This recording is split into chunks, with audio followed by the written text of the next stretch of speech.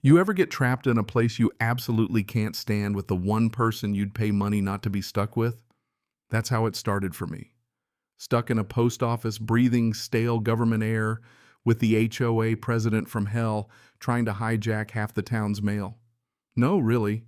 And if you're shaking your head thinking that can't actually happen, I'm here to tell you, friend, it can, and it did. Welcome to my very bad Tuesday. So picture this. The metal security shutter comes slamming down hard, like someone locking the vault at Fort Knox.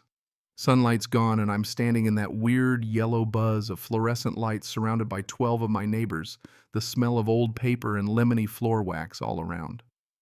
It's dead quiet except for the click of someone's phone camera and the heavy breathing of one very flustered HOA queen. That queen, Karen Tillman. And yes, she fits the name.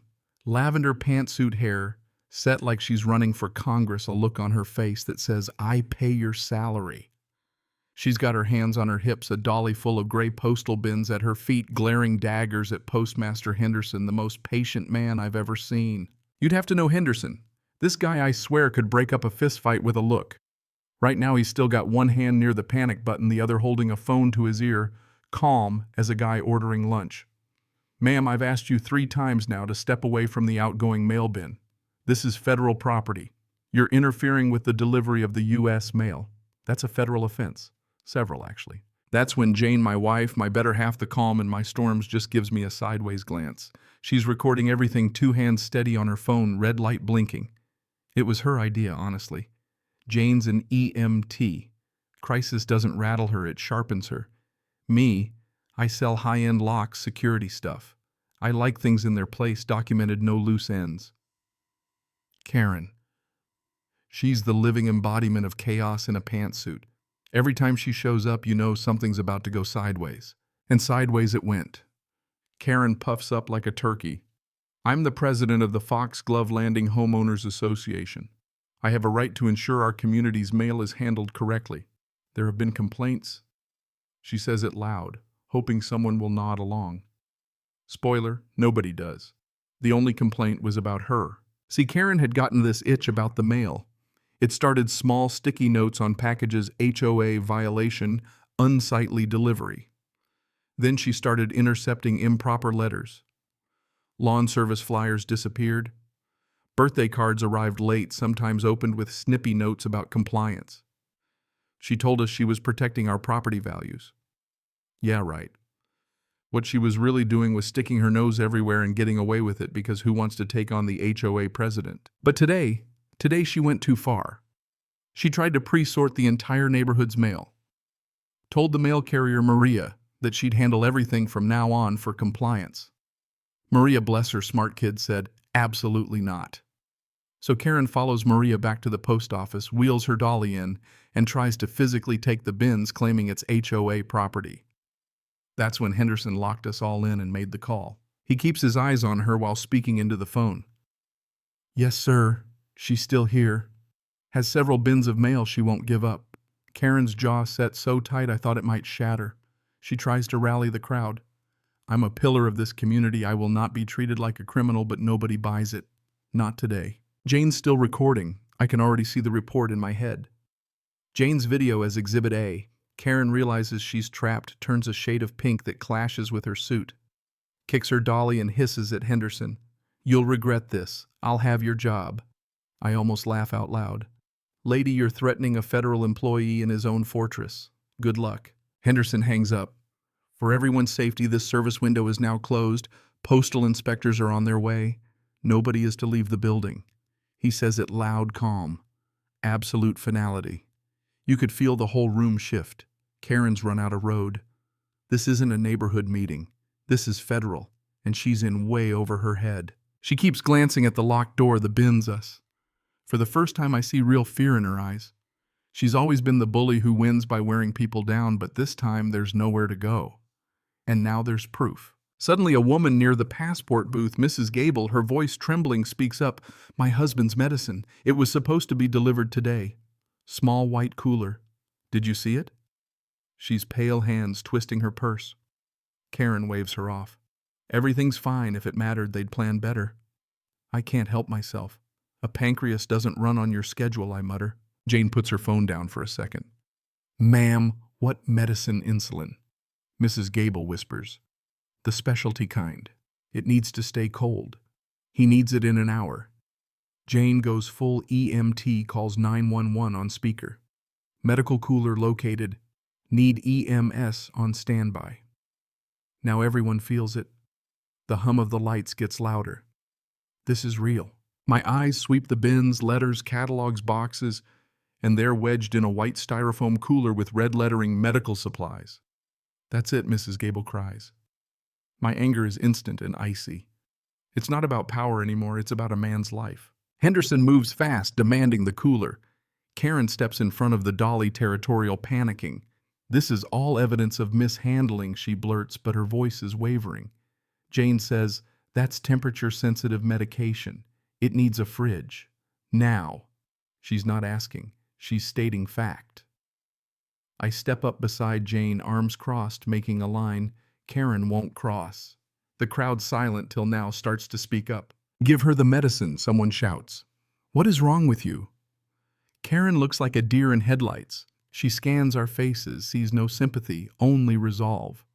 I see the moment the mask cracks. For a split second, I almost see regret. But then her face hardens. She's back in hero mode. Rules are rules. Mine, she mutters, chin high. I lean in, voice low. Eventually isn't good enough. Mr. Gable's pancreas doesn't care about your logbook. Clock's ticking, Karen. That hits her. The title, the office, the illusion, all gone. Just Karen hoarding a man's insulin. Henderson moves in the cooler now, or this gets much worse. She's cornered. It's thick, you can feel the pressure. For a moment, I wonder, will she come to her senses? She doesn't. She snaps. Suddenly, she lunges for the outgoing mail bin, her last play. Maybe she thinks she can destroy something, create chaos. I don't know. She shoves the dolly at us. Henderson sidesteps, but a young clerk, Leo, gets clipped. Karen shoves him back. Metal boxes clatter. Leo, stunned, hits the wall. That's it. Assaulting a federal employee. There's no going back. Jane rushes to check on Leo while Karen grabs the outgoing bin, straining to lift it. Letters spilling everywhere. I step in hand on the bin, not on her, just anchoring it. Let go, Karen. I say each word sharp. She pulls face, red knuckles white, shouting, It's HOA property. Letters flutter across the floor. A birthday card, a bill, total chaos. Henderson now filming with his phone deadpans. It's not yours. The evidence file is getting fatter by the second. Karen screams, gives the bin a final tug, then suddenly sirens. It's almost funny. All that fight drains out of her. She lets go, slumps, looks at the mess, at Leo, at Mrs. Gable, at the steel shutter. You can see it, the reality finally lands on her. Jane's filming. Me, I'm just breathing again. Inspectors arrive, navy jackets, serious faces. They move like people who've done this before. Postmaster Henderson, one asks. That's her, he says, nodding to Karen. The inspector turns to Leo. Are you all right? Jane chimes in. I'm an EMT. He's okay. The inspector thanks her, then turns to Karen. Calm, no nonsense. Hands behind your back. You're under arrest for male interference and assault.